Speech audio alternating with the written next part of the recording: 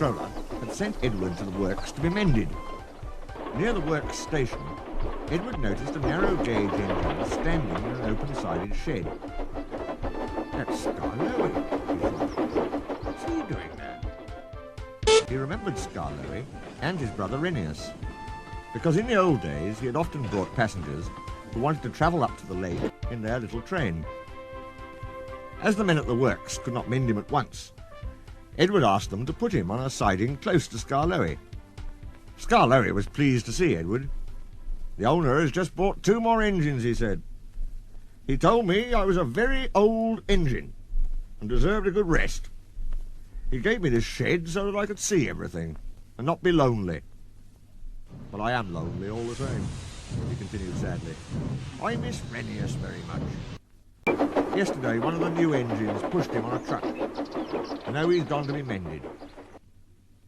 I wish I could be mended too, and pull coaches again." "Have your coaches got names?" asked Edward. "Oh, yes. There's Agnes, Ruth, Jemima, Lucy and Beatrice. Agnes is proud. She has cushions for first-class passengers. She pities Ruth, Jemima and Lucy, who are third class with bare boards. But they all 4 sniff at Beatrice. Beatrice often smells of fish and cheese, but she is most important," said Skarloey earnestly. "She has a little window through which the guard sells tickets. I sometimes leave the others behind, but I always take Beatrice. You must have tickets, and a guard, you know." "Of course," said Edward gravely. "Renius and I," continued Skarloey, "used to take turns at pulling the trains.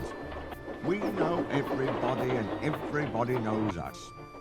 We whistle to the people in the fields, at level crossings, and in lonely cottages and farms, and the people always wave to us.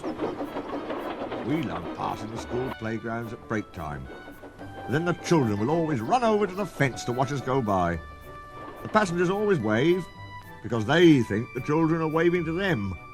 But we engines know better, of course," said Skarloey importantly. "Yes, we do indeed," agreed Edward. "We take your tourists to the lake, and then get ready to pull the train back. We enjoy the morning journey home, because then our friends from the villages come down to do their shopping. We whistle before every station, 'Beep, beep, look out!' and the people are there ready. 'Where's Mrs. Last?' asks the guard. 'She's coming.' 'Peep, peep,' we whistle, and Mrs. Last comes running onto the platform. 'We'll leave you behind one of these days, Mrs.,' laughs our driver, but we know he never will. We stop elsewhere too, at farm crossings and stiles, where paths lead to lonely houses. Renius and I know all the places very well indeed, and our driver used to say that we would stop even if he didn't put on the brakes.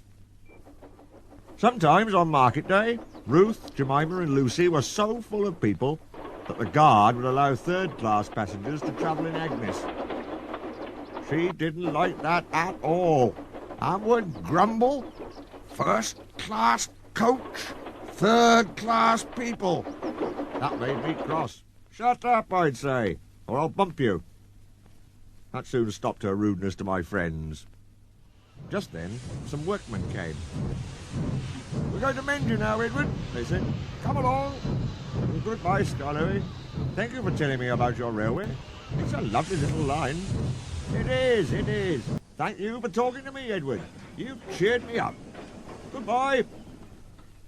Skarloey watched Edward being taken back to the works. Then, shutting his eyes, he dozed in the warm afternoon sun.